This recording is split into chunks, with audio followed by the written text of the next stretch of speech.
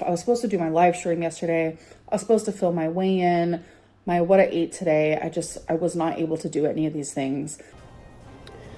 My disappointment is immeasurable, and my day is ruined. Alrighty, welcome back to the channel. Thank you so much for clicking on today's video. Today we're going to be talking about co-host Amberlynn Reed. She just uploaded a video about an hour ago-ish from me recording this that is titled "Something is Wrong with Me, New Diagnosis and Starting a New Medicine." So clearly there are some things that are going on. I've watched this video, and actually a good amount of it I think is worth talking about. So we're going to go over a good majority of this video. Without further ado, let's just get straight into it. I'm super tired, but that's okay. Good morning, good morning. I actually have a doctor's appointment today. So it's really just a checkup to see how I'm doing on my new medicines, my thyroid medicine, because I have hypothyroidism. And then, so if you haven't been keeping up, that's been one of the newer kind of like things that have happened, is that Amberlynn has hypothyroidism, so she's taking medication for that. And to see how I'm doing on Zoloft, which I'm doing really good. Another new medication that she's taking for her mental health and stuff like that. I'm sure it's going to be increased because that's usually what happens on Zoloft. You slowly increase it. And I also need to talk about another symptom that I have randomly received. It's not about Zoloft. It's just a health related symptom. Something is happening, and I will share it after my appointment because I need to hurry up, finish getting ready, and I will check in with you guys later.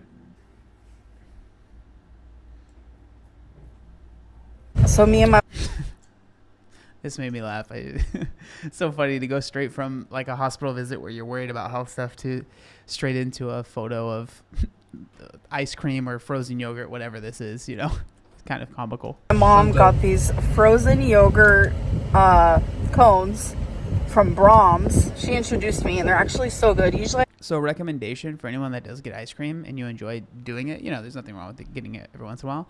As far as the cone, if you get I think it's like the regular waffle cone, or it might be the sugar cone, whichever. The cone that we see here, this one, I mean, obviously you can do whatever you want, but if you're worried about calories, a way that you can kind of cut the calories a little bit is if you just get like the normal cone that you can buy at the store, like those regular ice cream cones that you can get yourself.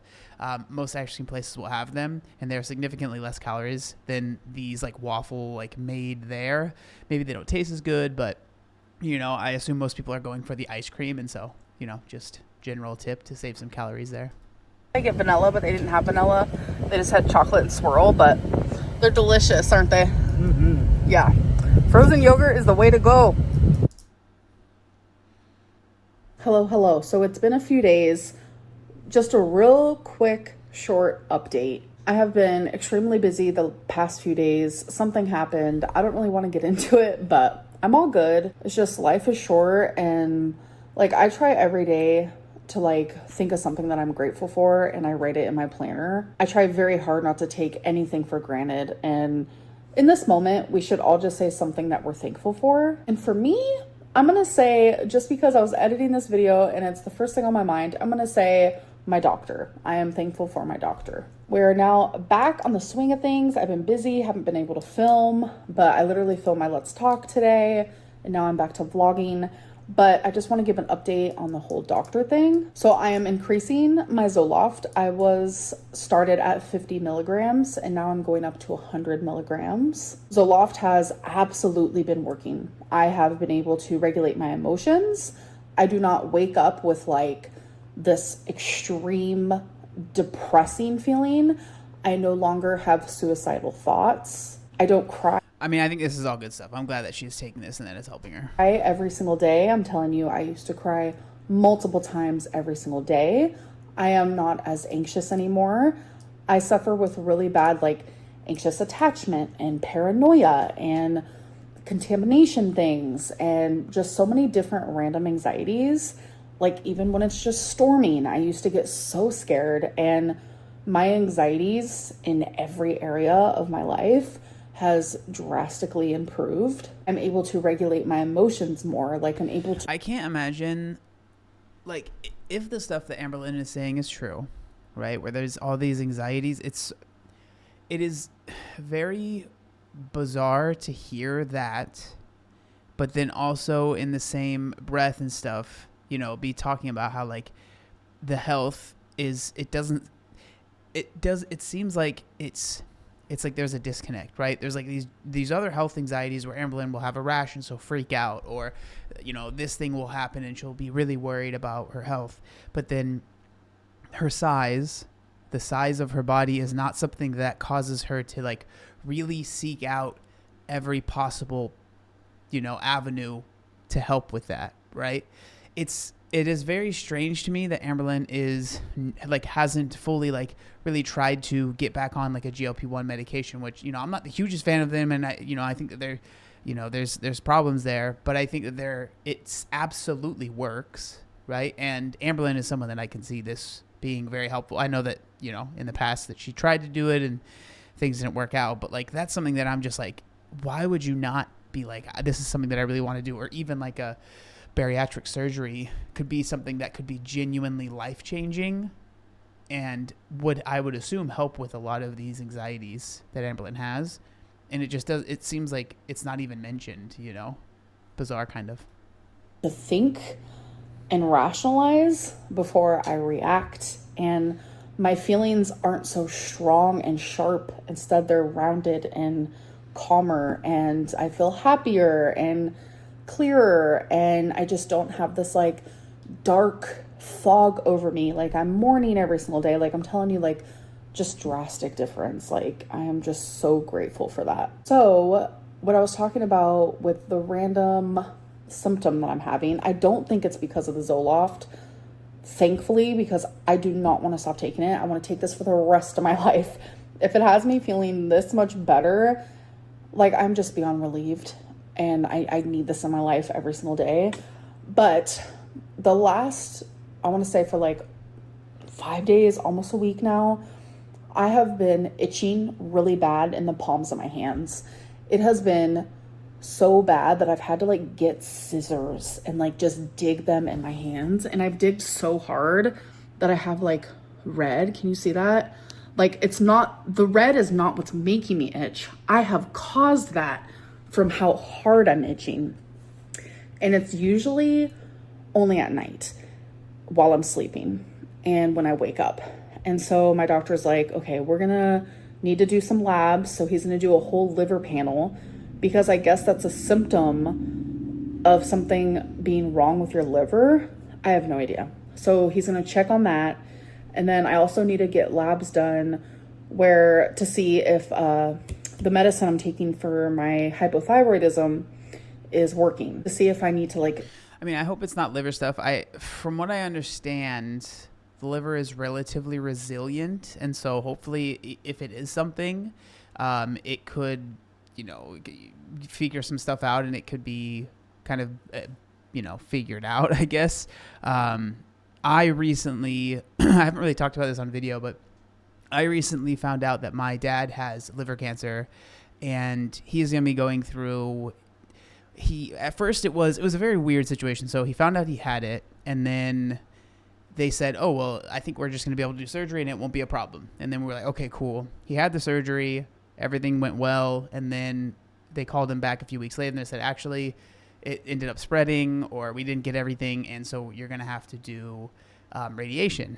And then so we were like, okay, well, at least it's not chemo. But sadly, I recently had my brother-in-law who passed away from esophageal cancer, and he was taking radiation, and he looked really he did not look great at the end, right before he passed. It was honestly one of the hardest things that I've ever seen in my life. So I know that really scared him, the radiation. And then even more recently, they told him that he's actually going to need to do chemo probably. And it's been tough. I think that they're saying that it won't have to be, it'll just be a pill, but I don't know. I mean, at this point, it's kind of like they say that it's not going to have to happen, and then it ends up having to happen. So hopefully it's nothing serious. But the reason I brought that up is just the liver stuff.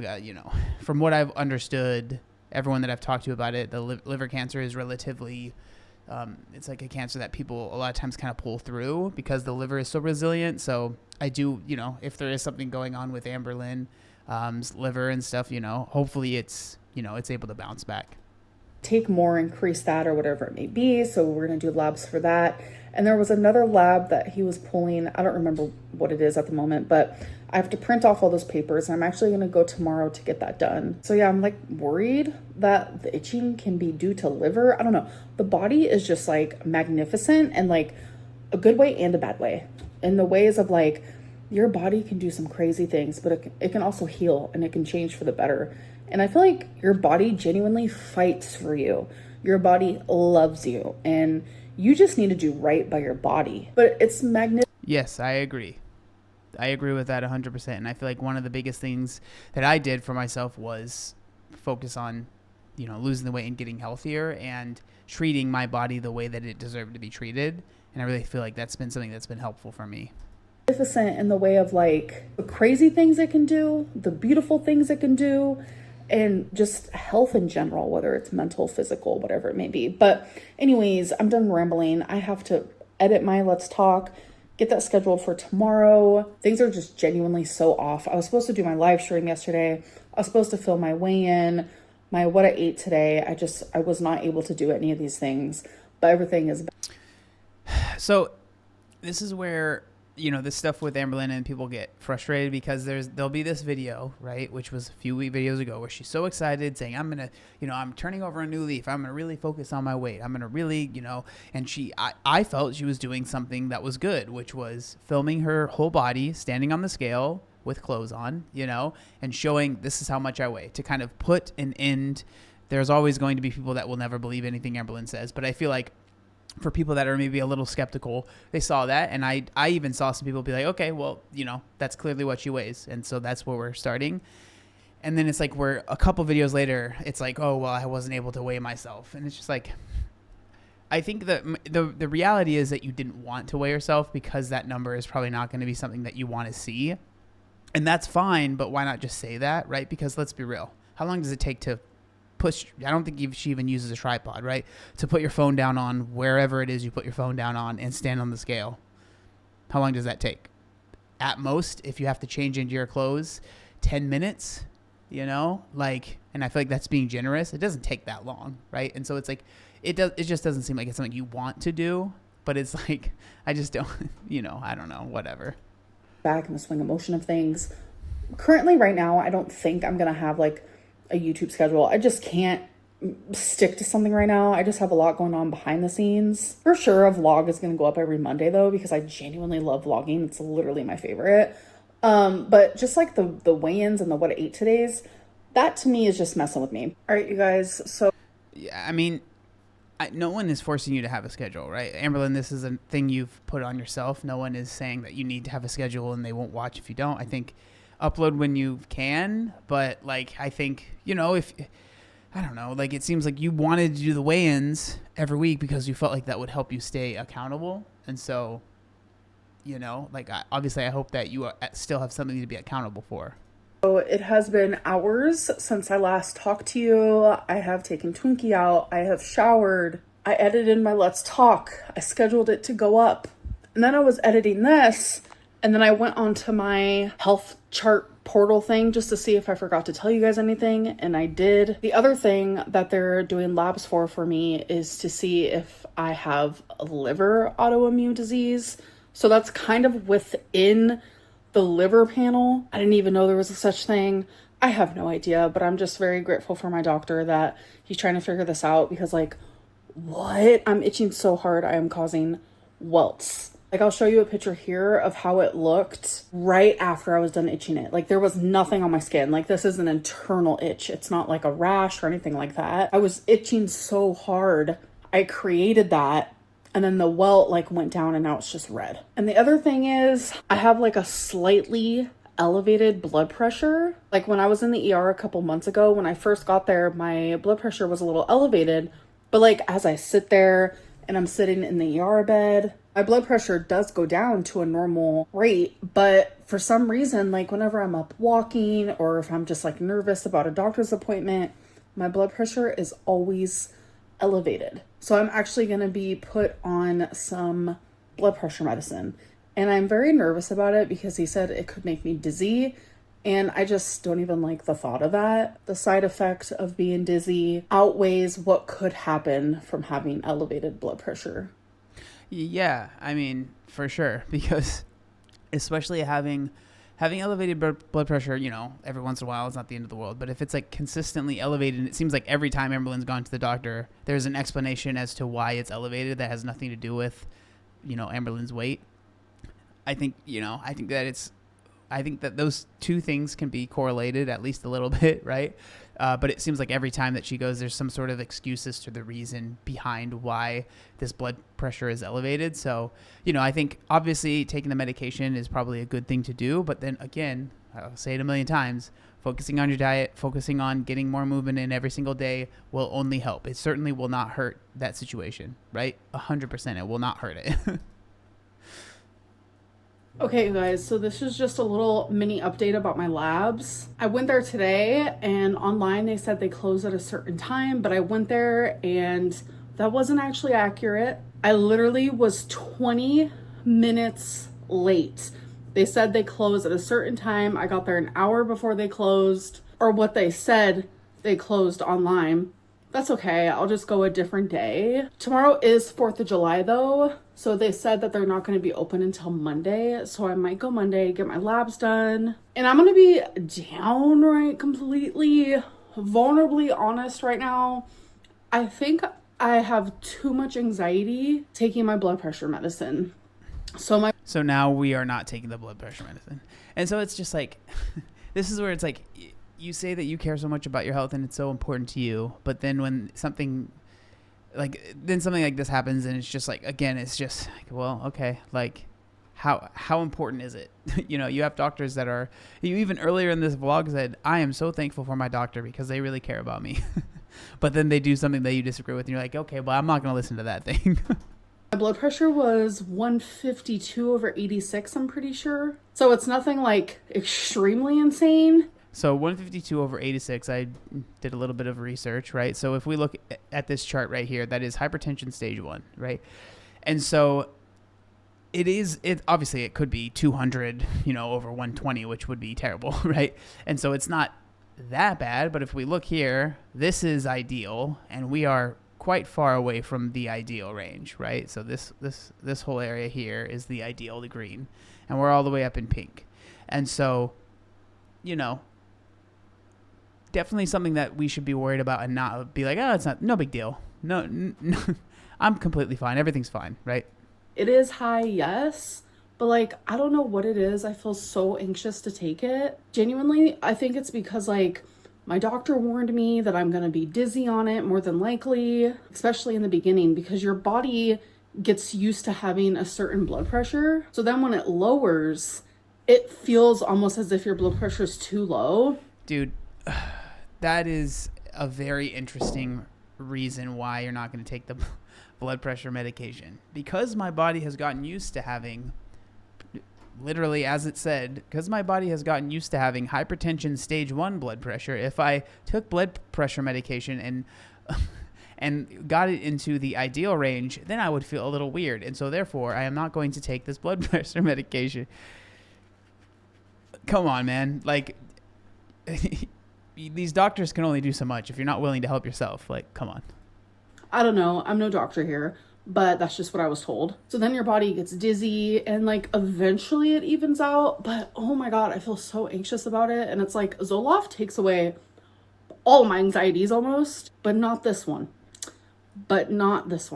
So I'm having a hard time and I just don't know what to do. Anyways, tomorrow's 4th of July and I'm hanging out with my mom. I also hung out with my mom today, celebrated some of my stepdad's birthday, which was really fun. My friend actually baked him a cake. It was so cute. I should have got a picture for you guys. I forgot. But tomorrow is 4th of July and I'm just in my closet actually trying to decide what to wear. I have like 2 red dresses. So we'll see if I wear one of those. I like to wear red for 4th of July personally. Hello, happy 4th of July. It is the next day. I totally forgot that I got this red polka dotted dress because I have like a mesh red dress, a lace red dress, and when I was looking at my closet, I'm like, Now I have a polka dotted red dress. It's new. It's in my recent Torrid try-on haul, and I was like, you know what? Since it's new, I'm gonna wear it. So here's my little outfit of the day. I think it's super cute. Has pockets. It's giving Minnie Mouse vibes to me. I am missing is blue. I do have blue mesh. Should I wear blue mesh? Because red, white, and then the blue mesh. No, I'm just gonna stick to the black. And then I'm wearing my hair in pigtails again. My mom loves when I wear my hair like this. So I'm like, you know what? Thank you for hyping me up. So yeah, here's my outfit. This dress though, like, I prefer my dresses to be a little bit more snug in the back, but this is so loose. But that's okay. Gives me room to breathe. So every time I do a Torrid try-on haul, I'm always plucking. See, this is loose. Like, I don't pluck just because something's tight or doesn't fit. I genuinely think I'm just a plucker because it's... I think this is very common. This is something I used to do when I was at my heaviest. It's still something that I do to an extent. Like, I'll like grab my shirt and stuff. I think it's like a subconscious kind of thing that you do with your clothes where you kind of want them off of your skin. I don't know why. It's like you're trying to trick people. And it's something that I think you do even if the shirt isn't too tight or it's not showing anything or the top or dress or whatever it so happens to be. So this is a pretty common thing that I see with a lot of people that are like overweight or just in general aren't super happy with how their body looks when they're trying to cover it. Just a weird habit. I don't know. Do you guys have habits where you're just like, why do I do that? I don't understand. I have multiple of those, including the plucking. Okay, guys, so I wanted to talk about this because it's very popular topic. I'm getting a lot of DMs on Instagram, and this genuinely has surprised me. So in my last vlog that I uploaded, I'm hanging out with my mom and my grandma, and my mom shares about when I was younger, some of like my tooth problems, how I had baby bottle rot or whatever it's called, and how I slept in a crib when I was 4 and I still used a bottle. And a lot of people are like, oh my God, why would Amberlynn share that story? Like, what the heck? That paints her mom in such a bad light.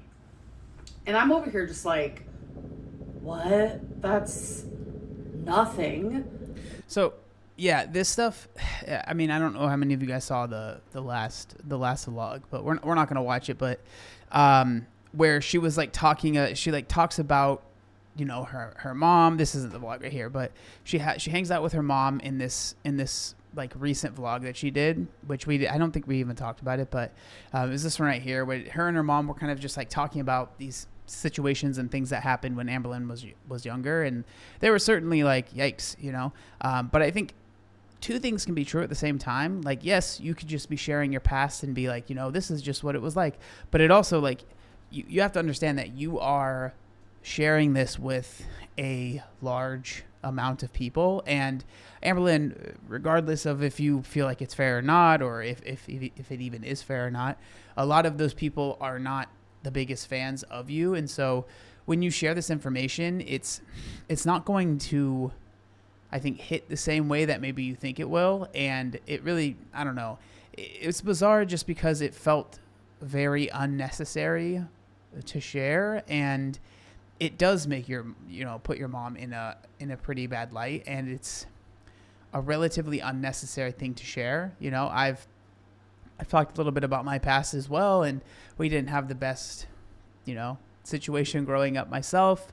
You know, I was taken away from, you know, my parents from CPS and stuff like that, but I try not to go into too much detail because that is the past, and it's not something that I really feel like continuously bringing up, because I feel like, yes, while these things are good to maybe understand our trauma and the things that we come from, I think sometimes dwelling on those things and being like, this is the reason that I am in the position that I'm in. This is the reason that I'm struggling as much as I am.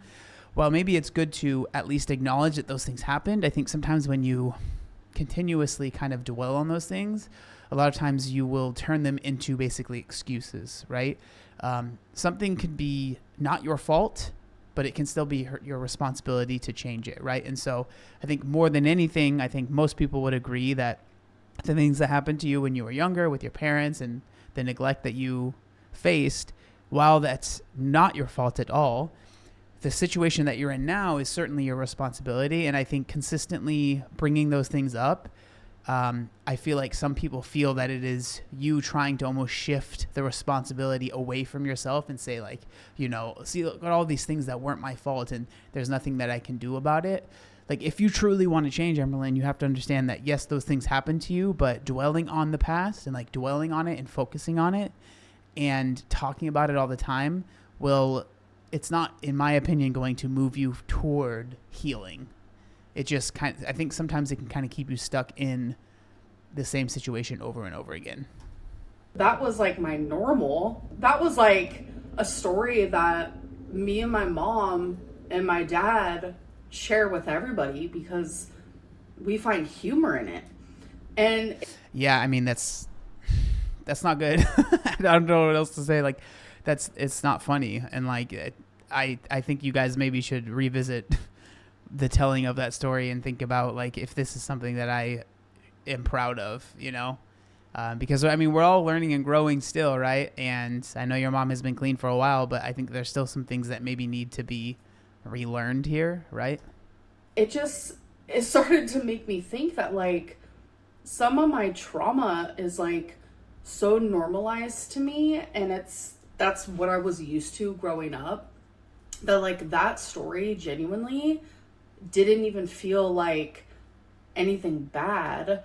If anything, it kind of highlighted how far my mom has come. If so many people took it like the wrong way of like, wow, her mom was so neglectful. I mean, yeah, like my mom admits to that. She's very open about that. My mom will be 10 years sober November 1st of this year. 10 years, a decade. And if people think the story about my teeth and me being in a crib is bad, that's nothing. Like, that's genuinely just a story that we've always shared. That's why we laugh so much during the story. Me and my mom both are used to like chaos, and my mom has gone through so much. And, you know, in her sobriety, she has had to confront so many different things. And she has to talk about these things to heal from them and to not have so much guilt over these things. And yeah, I'm not saying that that's not true. I think sharing that with the audience that you have, Amberlynn, like, sometimes I don't know. I feel like I'm maybe talking to a wall here, and I'm assuming most people kind of understand where I'm coming from. But like, Amberlynn, your audience is not the same as like someone's else's audience who is like very understanding and they're really there to support the person. Like, the reality is that a lot of your audience is not that. I don't know how else to put it.